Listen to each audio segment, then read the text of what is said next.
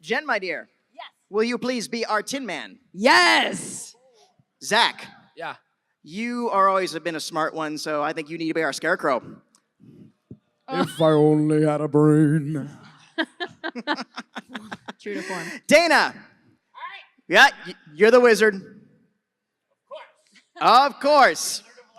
Mm-hmm. And since you have some animal accoutrement, I would like you to be our Cowardly Lion. And Jason, you're going to be the voice of Oz. Ooh. Barbara, would you be our Dorothy? Yes. I like casting against type. And Kara, you could be our Glinda. Oh, yes. Because I like casting against type as well. Okay. All right, there'll be some spots with us. And Jason and I, you also do the Munchkin thing when we get to that point. Of course. Well, of course. All right. Audience, when I say 3, 2, 1, I want you to count down to the scene. Well, I always say steal that voice. Ready? So, 3, 2, 1. Please don't. I need that. I know we need it. Why have you come back? Please, sir, we've done what you told us. We brought you to the broomstick of the Wicked Witch of the West. We melted her. Oh, you liquidated her, eh? Ooh, very resourceful. Yes, sir. So we'd like you to keep your promise to us, if you please, sir. Not so fast. Not so fast. I'll have to give the matter a little thought. Go away and come back tomorrow. Tomorrow? Oh, but I want to go home now. You've had plenty of time already. Yeah. Do not arouse the wrath of the great and powerful Oz. I said come back tomorrow. If you were really great and powerful, you'd keep your promises. The great Oz has spoken. Oh!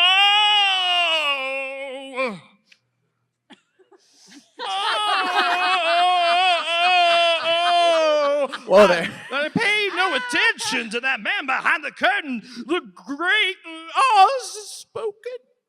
Dorothy pulls back the curtain to reveal the wizard. At the controls, as he reacts and sees Dorothy, Dorothy questions him. The wizard starts to speak into the microphone, then turns weakly back to Dorothy. Who are you? Well, I am the great and powerful Wizard of Oz. You are? Yeah, yes! Me. You're a very bad man. Oh, no, my dear, I'm a very good wizard. I'm a very good man. I'm just a very bad, I'm a bad wizard. Well, what about the heart you promised, Tin Man? Well, I mean... And the courage that you promised, Cowardly Lion. Well, Scarecrow's brain. Yeah, that. What? You're a bad anybody man. Anybody can have a brain. Well, that's a very mediocre commodity. Yes, I'm doing Carol Channing as the wizard. Oh, yes. Well, back where I come from, we have universities, seats of great learning where men go to become great thinkers. And when they come out, oh, yes, they do. They think deep thoughts. And with no more brains than you have. But, boys and girls, they have one thing you haven't got. A diploma. The wizard reaches back and obtains several diplomas, selecting one and presents it to the Scarecrow and Dorothy, Tin Man, and the Lion. Therefore, and by virtue of the authority vested in me by the Universitatis Comediatum e Pluribus Unum, I hereby confer upon you the honorary degree of T.H.D. T-H-D? That's Doctor of Psychology, of course. The sum of the square roots of any two sides of an isosceles triangle is equal to the square root of the remaining side. Oh, joy, rapture! I've got a brain! How can I ever thank you enough? Well, you can't. As for you, my fine friend, you're a victim of disorganized thinking. Well, you're under the unfortunate delusion that simply because you run away from danger, you have no courage. You're confusing courage with wisdom. Ooh. Back where I come from, at Broadway, we have men who are called heroes. Once a year, they take their fortitude out of mothballs and parade it. Here's my cue music. They parade it down the main street of the city. Now I'm Sidney Green. They have no more courage than you have. But they have one thing you haven't got. A medal. Therefore... Is it still going? Yeah. For meritorious You can conduct, paraphrase. extraordinary valor, conspicuous bravery against wicked witches, and on you, the flame of Christ. Scarecrow, Tin Man, and Dorothy watching as the wizard presents the medal to the lion over the music next door. You are now a member of the Legion of Courage. Oh, shucks, Focus, I'm speechless. As for you, my galvanized friend, this is actually the exact way the Darkest Hour ended. The Churchill movie with what's his name. You want a heart? You don't know how lucky you are not to have one. Hearts will never be practical again until they can be made unbreakable. I said, lady, maybe. You don't have my glasses on. Hearts will never be made practical until they be made unbreakable. Oh, Mr. Churchill. You're welcome. Hey, we live in a world figure. The power among men. A successful wizard. Had I not been, and what with my heart? But I still want one. Yes! Oh! But where I come from, there are men who do nothing all day but good deeds. They are called forever, men with good people. And their hearts are no bigger than yours, but they're not made of tin, or shiny, or sing songs for no reason. Therefore, thank you. In consideration of your kindness, I can go back to Kelsey. Therefore, in consideration of your kindness, I take pleasure at this time in presenting you with a small token of our esteem and affection. And remember, my sentimental friend, little heart, is not judged by how much you love, but by how much you are loved by others. Oh! It ticks. Listen. Yes, it does tick. Also, does anyone else think the wizard has multiple personality disorder? Who cares? Read what my medal says. There are a lot of recreational drugs in Oz, I should warn you all. Don't get any from Tito, he's a monster. I'm afraid for my personal safety. Courage. Ain't it the truth? Ain't it the truth? Oh, they're all wonderful. Hey, Mr. Mentally Unstable. What about Dorothy? Yes. How about Dorothy? Yeah. Oh, I don't think there's anything in that black bag for me. The wizard rummages through the bag as Dorothy and the others look on. He finds nothing, so he speaks encouragingly of what he'll do over the din of the music next door. Well, you forced me into a cataclysmic decision. But yeah. The only way to get Dorothy back to Kansas is for me to take her there myself. In the little same hot air balloon that brought me here. The next day, the citizens assemble in the courtyard of the wizard's balloon is inflated and tilts in the wind.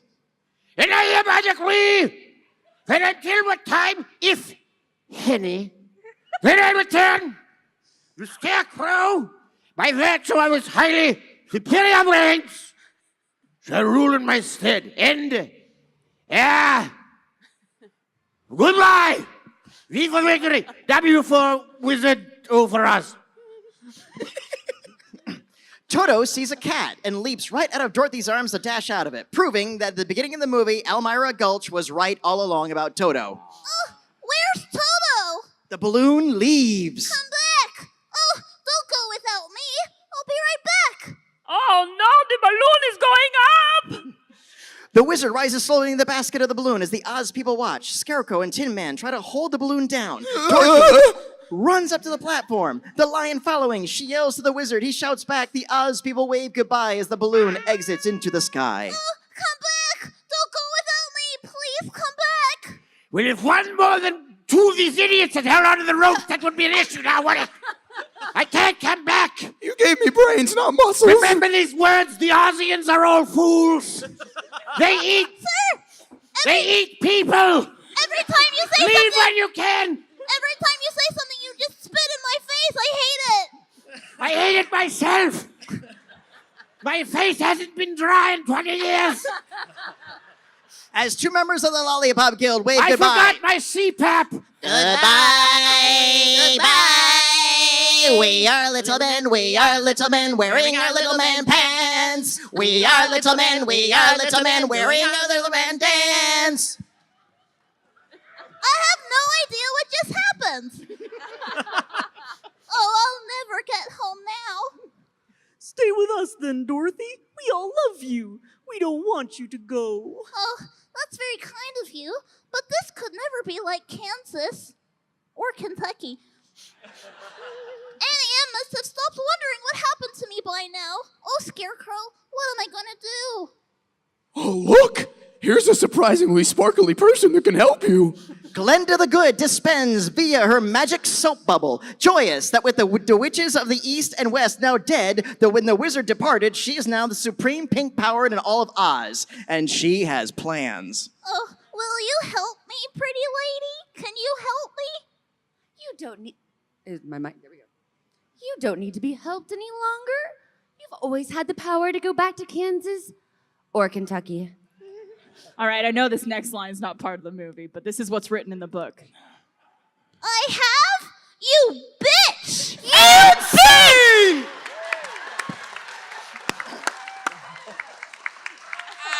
round of applause for our actors. A round of applause for our players, ladies and gentlemen. All right, Sarah, go ahead and escort her on out. And go ahead and find me our next player. All right, so folks, you get the idea now? All right. Sarah's gonna go on out and gonna bring up our next player. Jason and I have been doing that thing for like a couple of years now. Yeah, just a few. The drinks came fast, so this is only gonna get more chaotic. Yeah. I tried to say it fast. Yeah, well, it was like right here. I also had way less lines, so I was just like. What are you drinking?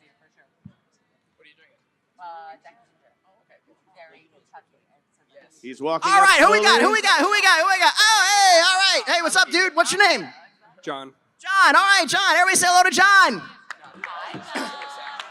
All right, John. Okay, we have 3 categories left. We have Billionaire Playboys, Not Named Bruce, the 5th best Star Trek movie, and Disney Does It. Gee, I wonder what that could be.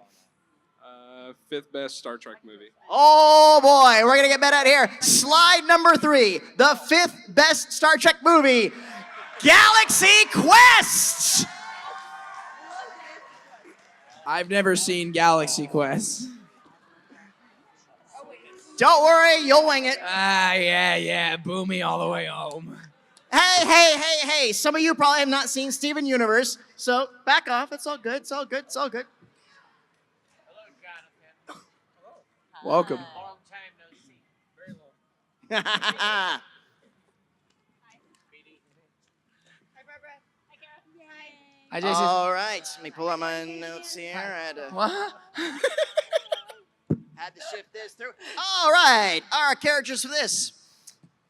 Kara, could you read the part of Brandon? Sure. John, our guest, I need you to read the part of Tommy. Jen, could you read the part of Alexander Dane, played by Alan Rickman? Yes. Ooh. Dana, read the part of Guy. Delighted to, Patty. Thank you so much. You're very welcome. Thank you so much. It's good. Jason, read the part of Fred. Zach, you actually, this is interesting. You get to be the lead on this one. You're gonna be a part of Jason, played by Tim Allen in the Are you film. sure? Okay, like brief me on the character. I have no idea. Here's the idea. It's about a cast of actors who are in a sci-fi series where they travel out into space. Can I it's just Star can I Trek. wait a minute? Yes. Can I say I feel it'd be far more entertaining if we doesn't know what's going on in this and just read it? I don't know either. I really have no idea what's going on. I know. I'm only saying because I tried, but you got outvoted. Zach I got voted off the there are island. times you will go in to do something and they'll hand you a script a cold 1 second read. before you go in.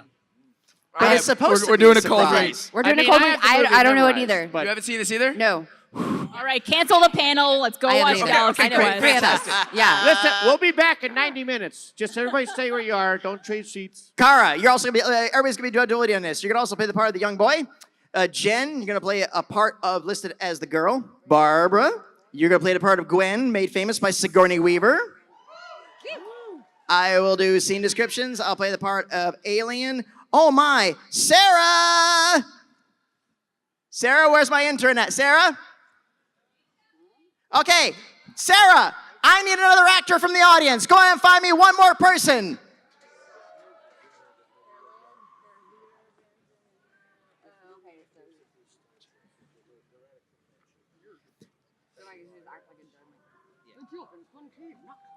Jason, you're also going to read the parts of fan number 2 and fan number 3. Fan number 2.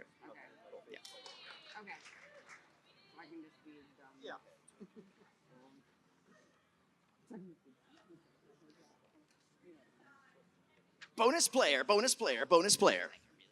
Works. Okay, come on up. Hey, young lady, what's your name? Jacqueline. Jacqueline, come on up, Jacqueline. Everybody say hello to Jacqueline. Jacqueline, you're gonna play a part of a lot of miscellaneous fans. You're gonna set up here. We're gonna read off of my script. So don't worry. Let me find it. Okay. Here. And hold that for me. All right. That'll do it. All right, actors, are you ready? No.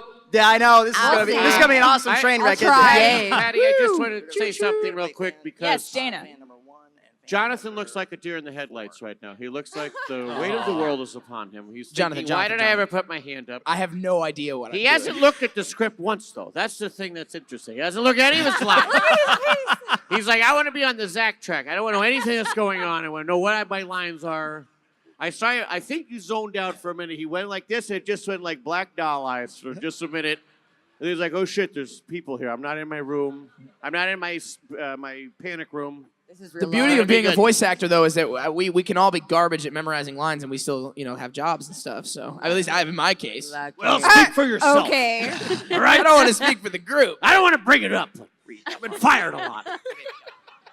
All right, actors, ready? As best as we can. This is going to be a wonderful run. All right, audience, give me a countdown.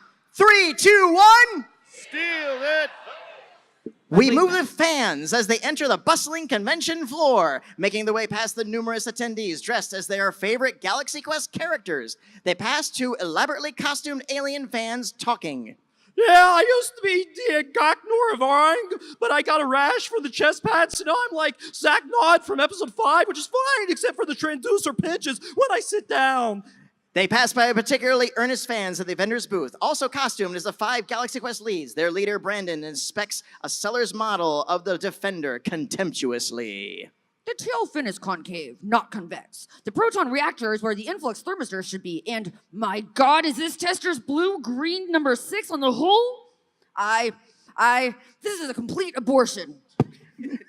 With curious glances to the similarly uniformed group, the peculiar fans move past and then move to a halt as they spot Jason. They exchange astonished smiles, then start towards him to the cast table as Tommy, Alexander, and Fred sign autographs at a row of tables near Jason, but significantly lower than his perch. Is it me or does his table get higher every convention? One of the many fans dressed as Dr. Lazarus steps up to Alexander and salutes him with crossed fists. Yeah. By Grapthar's hammer, by the sons of Orban, I shall avenge you. Alexander ignores this, grabs the photo from his hand, signs it, thrusts it back. The next fan steps up. By grab Thor's hammer, by the... He signs it and thrusts it back before he can even finish. I'm beating him to the punch. Next! Guy approaches the actors at their table. Hey, everybody. Hey, thanks for one nice intro. Guy, you probably don't remember me, do you? I was on the show in 82, episode 31. Got killed by the lava monster before the first commercial. Crew name number 6. The actors pretend they remember him. Yeah, guy, listen. I was wondering, would you guys mind if I sit in today, see if anybody's interested in an autograph? You know, you never know. Sure, Guy. If you could stand the excitement. 2 more fans dressed as Alexander's character approach him, proudly chattering at him at the Mokhtar language. Oh, dear God, don't make me get a restraining order. Guy now sits down with the others, forlorn. No fans are in line for his autograph. He watches as Fred fields questions from a group of fans led by Brandon. Mr. Kwan, in episode 19, the reactor fused. You used an element from Leopold 6 to fix the quantum rockets. What was that called? Bivicarium. The blue sheet, it was encased in? A bithermal Krevlite housing.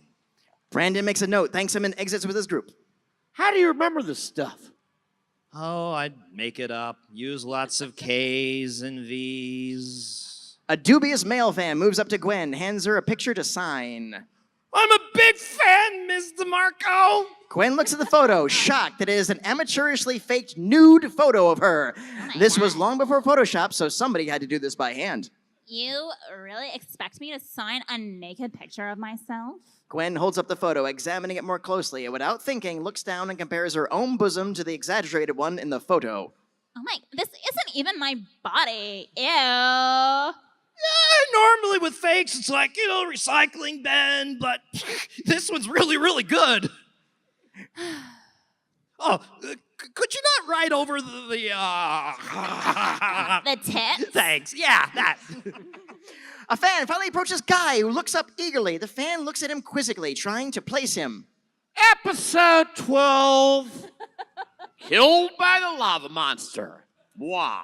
Boosh. Yeah, broadcast as episode 12, but your episode was filmed as episode 10, which was why it was the third biggest continuity error of the series, because Dr. Lazarus invents the freeze torpedo in episode 12 after it had already been used in episode 11, because it should have been episode 10. Dude, you were there. How could you not know this? There's a nice way to say that. And it wasn't the way you said it. Look, I was only on the set for like, a day or two. I wore cargo shorts to make sure I could steal a lot of snacks from the green room. It was supposed to be 3, but it only kept me there 2 days because I booked a right guard commercial. It went national, all right? My point is, know what fucking manners are. Excuse me. But, some people have to learn.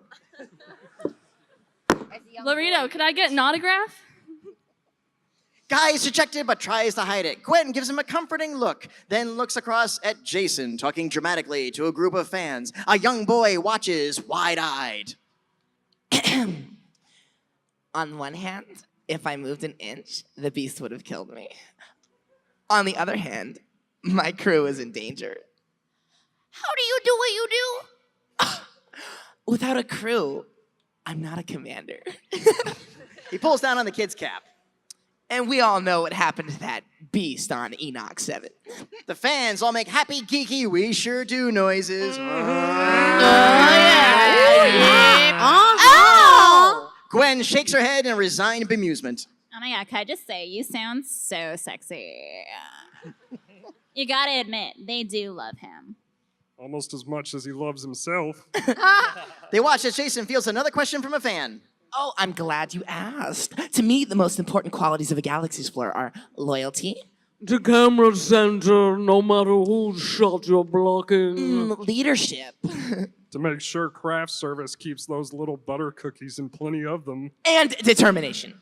to playing scenes shirtless because the ladies do love Commander gets production assistants to shave his back. It tickles. Gwen, Alex, and others try to contain their laughter. Bored with the constant queries of his fans, Jason glances over to see Gwen and the others smiling at him, which he mistakes as a sign of support and has no idea they're shitting on him. Brandon steps forward, his brow knit with serious matters. Commander, please settle a dispute that my crew and I are having. In the Quasar dilemma, the sentient had taken control of the ship's guidance systems. However... Excuse me, guys. Jason exits. Brandon turns to his friends, frustrated. I haven't even gotten the relevant conundrum. Back at the cast gable, Gwen answers a question from a shy girl. Miss DeMarco, in episode 15, Mist of Delos 5, I got the feeling that you and the commander kind of had a thing in the swamp when you were stranded together.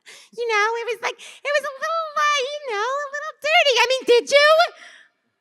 Aren't you a little young for that kind of language? I was trying to say it politely. All right, Come on, Gwen. Don't lie to Elmo. Okay, the commander and I... Gwen looks up to see Jason. The girl giggles and exits. Jason smiles at Gwen.